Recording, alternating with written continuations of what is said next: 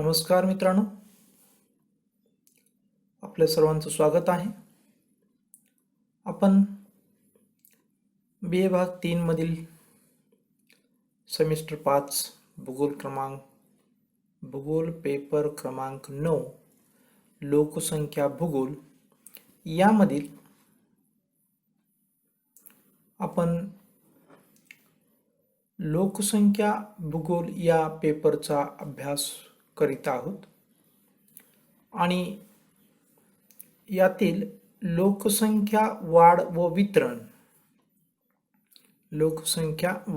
वितरण हा टॉपिक सुरू केलेला आहे.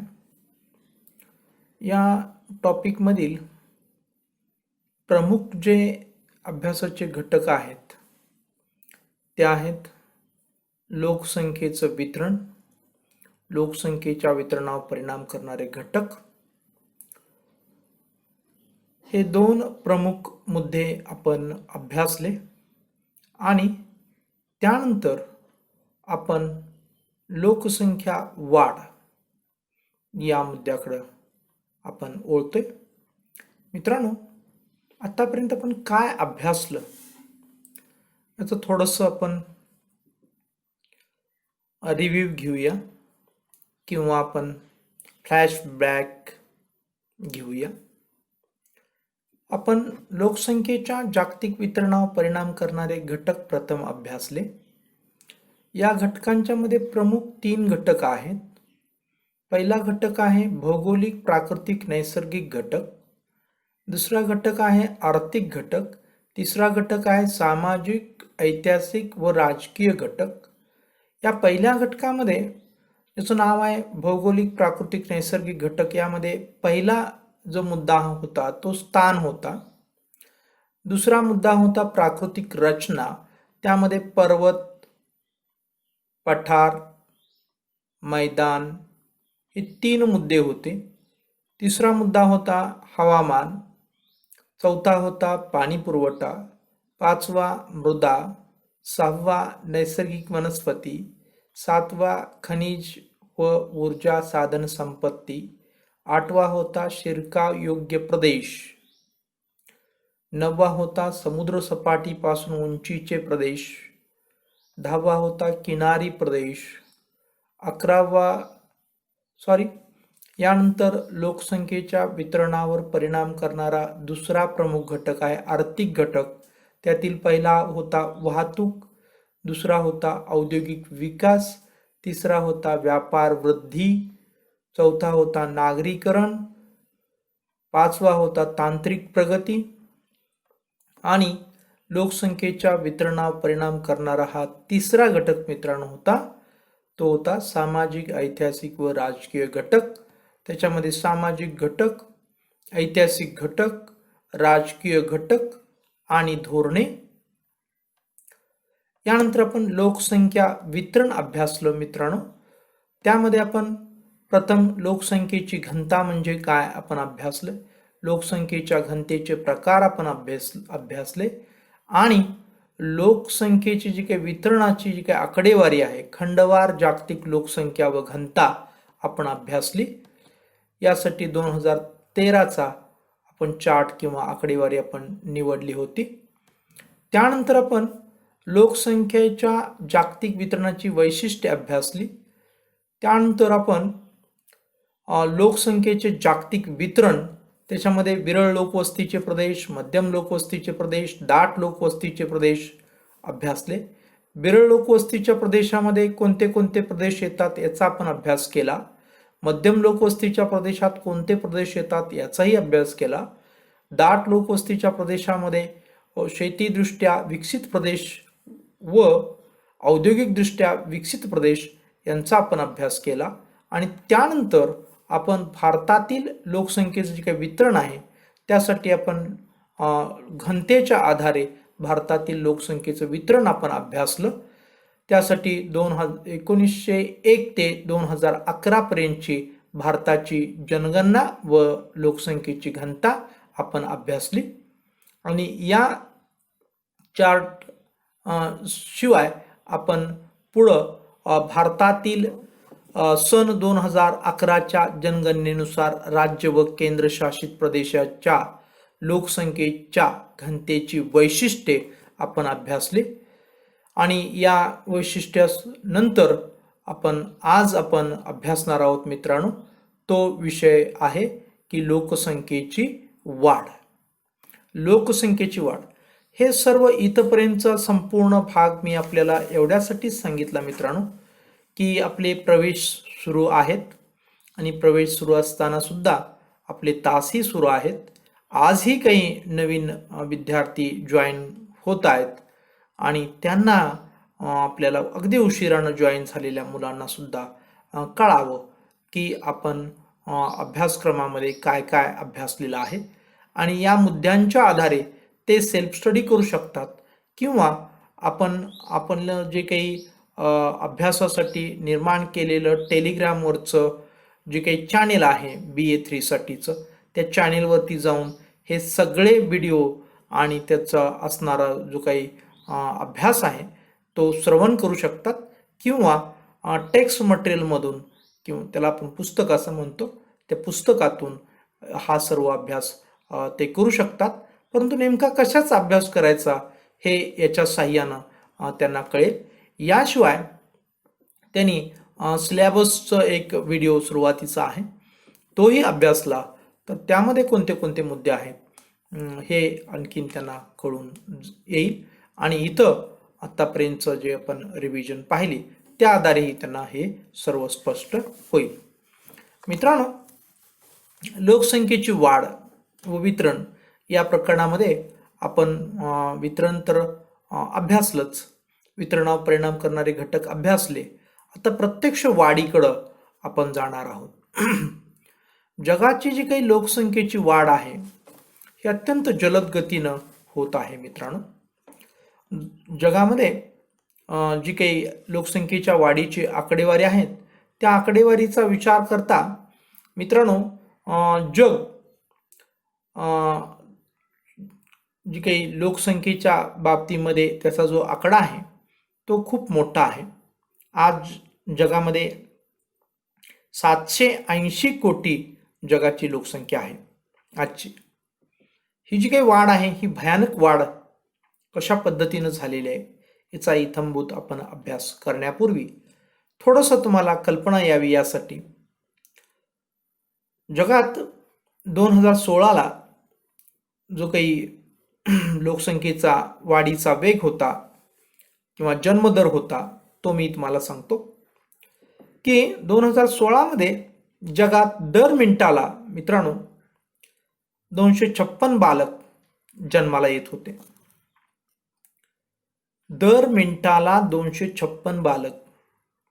याचा अर्थ तुम्ही लक्षात घेऊ शकता की प्रत्येक मिनिटाची ही 256 बालक गुणिले 60 म्हणजे हे 1 तास होईल, गुणिले 24 म्हणजे हे दिवस होईल. असे जेव्हा आपण आकडेमोड करत जाल तेव्हा प्रति दिवसाला आपल्याला 6,68,640 बालक जन्माला येतात आणि या बालकामधील त्यांचा असणारा हे काही जन्मदर आहे यामधील असणारा जर काही मृत्यूदर वजा केला तर प्रतिदिन मित्रांनो 2,50,000 बालक जन्माला येतात किंवा लोकसंख्येची वाढ होते. प्रतिदिनी जवळजवळ 2.5 लाख लोकांची मूळ लोकसंख्येमध्ये भर पडते. यावरून तुम्हाला लोकसंख्या वाढीचा वेग लक्षात येईल. आणि प्रतिवर्षी 9,12,50,000 इतकी लोकसंख्या या वेगामुळं वाढत चाललेली आपल्याला पाहायला मिळते. आणि आज जगाची जी काही लोकसंख्या आहे मित्रांनो ती लोकसंख्या आहे 780 कोटी. भारत ही या बाबतीत कमी आहे असं नाहीये. भारताचा आपण नेहमी संदर्भ घेत आहोत. का संदर्भ घेत आहोत हेही मी तुम्हाला सांगितलेलं आहे. त्याचं कारण आहे की आपण या देशामध्ये राहतो, त्या देशातील जो काही संदर्भ घेणं अत्यंत महत्त्वाचं आहे. जगाच्या लोकसंख्येचा अभ्यास करताना आपण भारताच्या लोकसंख्येकडे कधीही कानाडोळा करून चालणार नाहीये, कारण भारताची लोकसंख्या सीमित राहण्यासाठी या लोकसंख्येचा अभ्यास अत्यंत गंभीरपणे होणं, सखोल होणं अत्यंत आवश्यक आहे. 2016 नुसार भारतात दर मिनिटाला 34 बालक जन्माला येत होते. 34 गुणिले 60 गुणिले 24 म्हणजेच मित्रांनो प्रतिदिन जी काही बालकांची संख्या होते ती काय होते, 48,960 बालक प्रतिदिन जन्माला येतात. यातील मृत्यू दर वजा केला तर 48,600 बालक प्रतिदिन मित्रांनो जन्माला येतात. आणि प्रतिवर्षी ही जी काही वाढ आहे, किती वाढ होते लोकसंख्येमध्ये, की ही प्रतिदिन जी काही बालक संख्या आपण पाहिली 48,600, यामुळं प्रतिवर्षी 1,77,39,000 प्रतिवर्षी मित्रांनो लोकसंख्येमध्ये भर पडते. आणि आज भारताची जी काही लोकसंख्या आहे ही 138.10 कोटी इतकी आहे. विचार करा मित्रांनो, गंभीरपणे आपण विचार केला तर तुम्हाला लक्षात येईल की ही लोकसंख्येची जी काही वाढ आहे ही किती प्रचंड आहे. आणि आता आपण ही जी एक प्रस्तावना वजा मी वाढीचा वेग जगाचा आणि भारताचा सांगितला. मग जगामध्ये पूर्वीपासून कशा प्रकारे लोकसंख्या वाढत आहे याचा थोडासा अभ्यास आपण करूया. आपल्याला एक आपल्यासमोर चार्ट आहे, या चार्टच्या आधारे आपण पाहूया. पहा, लोकसंख्या वाढ असं म्हटलेलं आहे, मूळ मुद्दा आपला तो आहे. आणि पुढं जागतिक लोकसंख्या वाढ असं म्हटलेलं आहे. या चार्टमध्ये आपण जे काही कॉलम आहेत ते बघूया. अनुक्रम नंबर त्याच्यामध्ये 1 2 3 असं आहे. वर्ष याच्यामध्ये वर्ष येतात. आणि लोकसंख्येचा एक कॉलम आहे, तिसरा कॉलम कोटीमध्ये कंसात म्हटलेलं आहे, कोटीमध्ये ही लोकसंख्या आहे. आणि शेवटचा कॉलम आहे तो चौथा कॉलम आहे 100 कोटींनी वाढ होण्यास लागलेली वर्षे. तर या चार्टचं आपल्याला वाचन करायचं आहे. आपण व्यवस्थितरित्या लक्षपूर्वक याचं श्रवण करा. इसवी सन पूर्व 10,000 वर्ष, इसवी सन पूर्व 10,000 वर्षापूर्वी जगाची लोकसंख्या 0.1 कोटी होती. इसवी सन पूर्व 5,000 वर्ष जगाची लोकसंख्या 0.2 कोटी होती. इसवी सन 1 इथे इसवी सनाला सुरुवात झालेली आहे मित्रांनो. ख्रिस्त जन्म या ठिकाणी झाला असं म्हटलं जातं. आणि हे जे काही कॅलेंडर आपल्या समोर नेहमी नित्य वापरामध्ये असतं ते कॅलेंडरनुसार इसवी सन 1 मध्ये जागतिक लोकसंख्या होती 20 कोटी. इसवी सन 1300 मध्ये जागतिक लोकसंख्या होती 40 कोटी. इसवी सन 1650 मध्ये जागतिक लोकसंख्या होती 50 कोटी. इसवी सन 1850 मध्ये जगाची लोकसंख्या मित्रांनो 100 कोटी झाली. आणि शेवटचा जो आपला कॉलम आहे 100 कोटींनी वाढ होण्यास लागलेली वर्षे.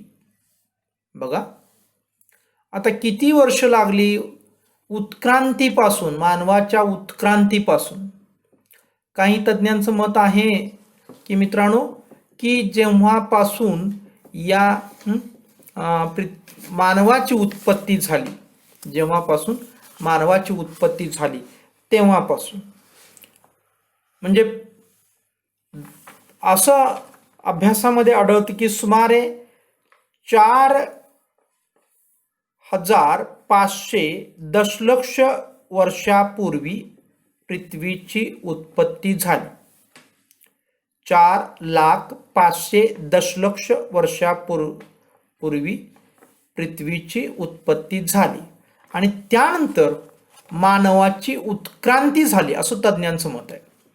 काही तज्ज्ञांचं मत आहे की सर्व प्राण्यांच्या बरोबरच मानवाची निर्मिती झालेली आहे. या वादात इथं आपल्याला पडायचं नाही. परंतु असं म्हणूया की मानवाची उत्क्रांती झाल्यापासून आत्तापर्यंत म्हणजे 1850 पर्यंत हा जो काही अनुक्रम नंबर 6 आहे, इसवी सन 1850 आहे. जगाची लोकसंख्या 100 कोटी झालेली आहे. ती उत्क्रांतीपासून आतापर्यंत एवढा प्रचंड मोठा काळ जगाची लोकसंख्या 100 कोटी होण्यास किंवा वाढ होण्यास वेळ लागलेला आहे. हा प्रचंड मोठा कालावधी आहे मित्रांनो. हे आपण या ठिकाणी लक्षात घेणं आवश्यक आहे. आणि यानंतर 7वा अनुक्रम नंबर इसवी सन 1930 मध्ये जगाची जी काही लोकसंख्या आहे ही मित्रांनो 200 कोटी झाली. आणि या ठिकाणी आश्चर्यकारक गोष्ट आहे. ती आश्चर्यकारक गोष्ट कोणती आहे की फक्त 80 वर्षामध्ये 100 कोटींनी लोकसंख्या वाढलेली आहे. 1850 ते 1930 हा 80 वर्षाचा कालावधी आहे. आणि या 80 वर्षाच्या कालावधीमध्ये जगाची लोकसंख्या मित्रांनो पुन्हा 100 कोटींनी वाढलेली आहे. म्हणजे 1850 पर्यंत 100 कोटी होण्यासाठी खूप प्रचंड कालावधी गेला आणि आता मात्र आपण बघतो की फक्त 80 वर्षामध्ये जगाची लोकसंख्या पुन्हा 100 कोटींनी वाढलेली पाहायला मिळते. आता याच्या पाठीमागची कारणं वगैरे वगैरे ह्या सगळ्या गोष्टी ह्या चार्टचं वाचन झाल्यानंतर सर्वच गोष्टींची कारणमीमांसा आपण करणार आहोत. सर्वच गोष्टींची म्हणजे पूर्वी लोकसंख्या अगदी मंद गतीनं का वाढत होती आणि आता लोकसंख्या अत्यंत जलद गतीनं का वाढत आहे, या सर्व गोष्टींची कारणमीमांसा किंवा त्याच्यावरती चर्चा करण्याचा, प्रकाश टाकण्याचा आपण प्रयत्न करणार आहोत. म्हणून आपण ह्या चार्टचं वाचन अगोदर संपूया. अनुक्रम नंबर 8 इसवी सन 1962 मध्ये जगाची जी काही लोकसंख्या आहे हे 300 कोटी झालेली आहे. मित्रांनो या ठिकाणी लक्षात घ्या की आपण 100 कोटींनी वाढ होण्यास 32 वर्षाचा कालावधी लागलेला आहे. आणि इसवी सन 1975 मध्ये लोकसंख्या जगाची झालेली आहे 400 कोटी. म्हणजे 100 कोटींनी वाढ होण्यासाठी 13 वर्षाचा कालावधी लागलेला आहे. मित्रांनो आपण या ठिकाणी विचार करा की हा जो शेवटचा कॉलम आहे, या शेवटच्या कॉलममध्ये जर आपलं लक्ष असेल तर तुम्हाला या गोष्टी भयानक अशा वाटतील आणि ते आपण या ठिकाणी समजून घेणं अत्यंत आवश्यक आहे की 1850 ते 1930 या दरम्यान 80 वर्षामध्ये जगाची लोकसंख्या 100 कोटींनी वाढली. आणि मित्रांनो पुढं जर आपण बघितलं तर हा जो काही कालावधी आहे हा कालावधी घटू लागलेला आहे. म्हणजे आपण जर बघितलं पुन्हा की 1962 मध्ये जी काही जगाची लोकसंख्या ही 300 कोटी झाली. म्हणजे फक्त 32 वर्षामध्ये, अगोदर 80 वर्षामध्ये 100 कोटींनी भर पडली, तर आता फक्त 32 वर्षामध्ये 100 कोटीची भर पडली. आणि अनुक्रम नंबर 9 मध्ये जर पाहिलं तर मित्रांनो इसवी सन 1975 मध्ये पुन्हा लोकसंख्या 100 कोटींनी वाढलेली आहे. म्हणजेच ती 400 कोटी झाली आणि त्यासाठी मित्रांनो फक्त 13 वर्षाचा कालावधी लागला. पुन्हा आश्चर्यकारक धक्कादायक गोष्ट आहे की किती जलद गतीनं ही जगाची लोकसंख्या वाढते हे पहा.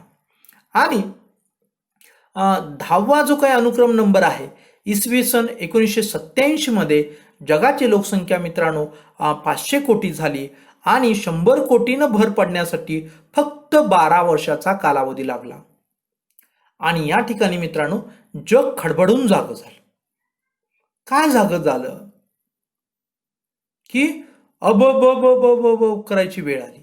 कारण लोकसंख्या किती जलद गतीनं वाढत चाललेली आहे आणि अशाच जलद गतीनं लोकसंख्या वाढत चालली तर काय परिस्थिती निर्माण होईल, कोणत्या कोणत्या समस्या निर्माण होतील, अशा अनेक प्रश्नचिन्ह मानवी जीवनासमोर उभे राहिल्याने 1987 मध्ये जागतिक लोकसंख्या इशारा दिन साजरा करायचा ठरला आणि तेव्हापासून जागतिक इशारा दिन म्हणून आपल्याला पाहायला मिळतं की 11 जुलैला आपण जागतिक लोकसंख्या इशारा दिन साजरा करतो. त्याचं मूळ मित्रांनो इथं आहे. 1987 मध्ये 11 जुलै रोजी 500 कोटी जगाची लोकसंख्या झाली आणि तेव्हापासून हा आपण आंतरराष्ट्रीय लोकसंख्या दिन किंवा आंतरराष्ट्रीय लोकसंख्या इशारा दिन असंही त्याला आपण म्हणू शकतो. अर्थात सर्वच जगातील सर्वच देशांना हा इशारा असतो असं नाही मित्रांनो, परंतु काही देशांना तर लोकसंख्या अत्यंतच विरळ आहे हे आपणही पाहिलेलं आहे. म्हणून आपण त्याला नाव असं दिलेलं आहे की आंतरराष्ट्रीय लोकसंख्या दिन असं दिलेलं आहे 11 जुलै. याच्यानंतर अनुक्रमांक मित्रांनो 1999 मध्ये जगाच्या लोकसंख्येमध्ये पुन्हा 100 कोटींनी भर पडली आणि ही 600 कोटी झाली. आणि 100 कोटींनी वाढ होण्यासाठी मित्रांनो 12 वर्षाचा काळ लागलेला आहे. आणि 12वा जो कॉलम आहे तो 2011 मध्ये पुन्हा मित्रांनो जगाची लोकसंख्या ही किती झाली, 700 कोटी झाली. 100 कोटीनं वाढ होण्यासाठी पुन्हा 12 वर्षाचाच कालावधी लागलेला आहे. आणि हे हायलाइट केलेलं जे वर्ष आहे ते आत्ताचं चालूचं वर्ष आहे मित्रांनो. आज जर आपण बघितलं तर जगाची जी काही लोकसंख्या आहे 2020 मध्ये ही 780 कोटी झाली आहे. आणि त्याला अर्थात ही काही 100 कोटीनं त्याची वाढ नाही झाली, परंतु 8 वर्षामध्ये 80 कोटी लोकसंख्या वाढलेली आहे असं या ठिकाणी आपण म्हणू शकतो मित्रांनो. आणि 100 कोटी होण्यास अंदाजे 2022 मध्ये जगाची जी काही लोकसंख्या आहे ती पुन्हा 100 कोटीने वाढेल. म्हणजे 2011 नंतर जी काही 700 कोटी लोकसंख्या आहे त्याच्यामध्ये 100 कोटीनं भर पडेल आणि अंदाज आहे हा. आणि 800 कोटी जगाची लोकसंख्या होईल मित्रांनो. आणि त्यासाठी कालावधी 11 वर्षाचा लागेल असं आपल्याला या ठिकाणी पाहायला मिळेल. अशा प्रकारे दिवसेदिवस आपण बघतो की कमीत कमी वर्षामध्ये 100 कोटीनं भर पडू लागलेली. आणि पुढच्या नजीकच्या काळामध्ये असंही म्हणू शकतो की आपण दर 10 वर्षानं 100 कोटी, दर 10 वर्षानं 100 कोटी आणि एवढी प्रचंड लोकसंख्या वाढत राहील असंही आकडेवारीवरून भविष्य काळाचं प्रेडिक्शन त्याला म्हणतात, अंदाज केला आपण तर तो चुकीचा ठरणार नाही. इतक्या जलद गतीनं जी काही लोकसंख्या वाढत आहे या संदर्भात आपण थोडीशी कारणमीमांसाही आपण पाहणार आहोत. आणि ही कारणमीमांसा पाहत असताना मित्रांनो त्यासाठी आपण काही कालखंड पाहिलेले आहेत की आपण या चार्टमध्ये पाहिलं की सुरुवातीला आपण बघितलं पूर्व 10,000 वर्षापूर्वी जगाची लोकसंख्या 0.1 कोटी एवढी होती. पूर्व 5,000 वर्षापूर्वी जगाची लोकसंख्या 0.2 कोटी इतकी होती. इतकी कमी का होती? इतका प्रचंड काळ का लागत होता त्यावेळेस लोकसंख्या वाढायला? आणि आता आपण बघतो 2020 मध्ये की 10-11 वर्षातच 100 कोटीनं भर पडू लागलेले. आता असं काय माणसामध्ये अशी काय जादू झालेली आहे किंवा लोकसंख्या वाढीमध्ये काय जादू झालेली आहे हे सर्व कळण्यासाठी ह्या सर्व गोष्टीवरती आपण प्रकाश टाकण्याचा प्रयत्न आपण मित्रांनो करणार आहोत. यासाठी आपण कालखंड केलेले आहेत. पहिला कालखंड आहे कृषी शोध पूर्व कालखंड. म्हणजे शेतीचा शोध लागण्यापूर्वीचा जो मित्रांनो कालखंड होता, त्या कालखंडाचा आपण विचार करणार आहोत. आणि त्या कालखंडामध्ये लोकसंख्या कशी वाढली, काय वाढली, याचा आपण विचार करण्याचा प्रयत्न करणार आहोत. पहा, तर साधारणपणे हा जो काही कालखंड आहे, या कालखंडामध्ये आपण त्याला अश्मयुग असंही म्हणू शकतो, की युरोप, सोव्हिएत युनियनचा मध्यभाग, आशियात मानवी वसाहती होत्या. परंतु या मानवाचं जीवन कशा प्रकारचं होतं हे थोडंसं आपण समजून घेणं अत्यंत आवश्यक आहे.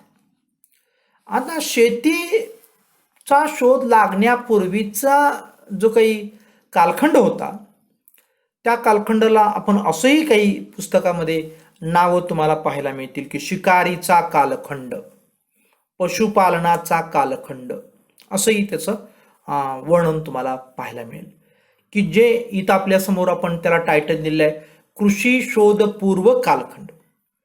या कालखंडामध्ये मित्रांनो, शिकारीच्या या कालखंडामध्ये मानव अत्यंत, किंवा कृषी शोध पूर्व कालखंडामध्ये, कोणताही कालखंड आपण म्हणा, कृषी शोध पूर्व कालखंडामध्ये प्रथम आपण तो माणूस होता, तो अत्यंत मागासलेला होता, तो निसर्गाचा एक घटक होता.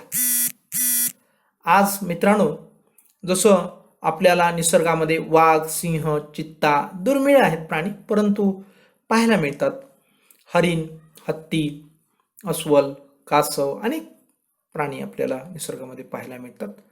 त्या प्राण्यांच्या सारखाच एक प्राणी म्हणून मानव प्राणी राहत होता, एक निसर्गाचा घटक म्हणून राहत होता. आणि त्या काळात त्याची फक्त एकच गरज होती मित्रांनो, ती गरज होती अन्न. ही गरज होती, याशिवाय दुसरी कोणतीही गरज नव्हती.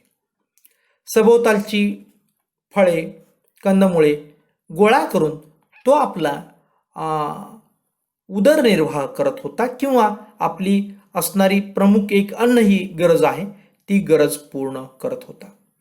गुहेमध्ये राहत होता, झाडामध्ये राहत होता, म्हणजेच झाडांच्या सावलीमध्ये राहत होता, किंवा मोठमोठ्या झाडांचे जे काही मोठे प्रचंड बुंदे होते, ते बुंदे पोखरून तो राहत होता.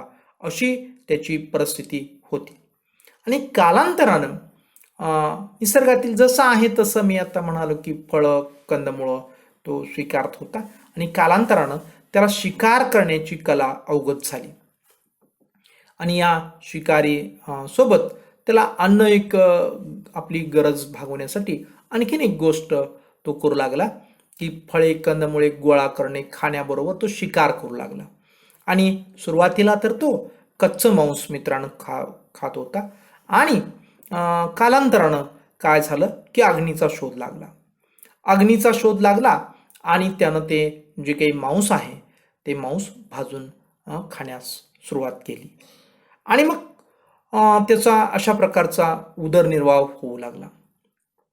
अग्नीचा शोध कसा लागला, काय लागला, खूप काही मित्रांनो पुष्कळ गोष्टी सांगण्यासारख्या आहेत, परंतु वेळेचं बंधन या ठिकाणी अत्यंत आहे, म्हणून आपण अधिक चर्चा करणार नाही. इथपर्यंत आपण एवढंच लक्षात घ्या, की हा जो काही कृषी शोध पूर्व कालखंड आहे, या कालखंडामध्ये तो निसर्गाचा एक घटक होता. फळे, कंदमुळे खात होता.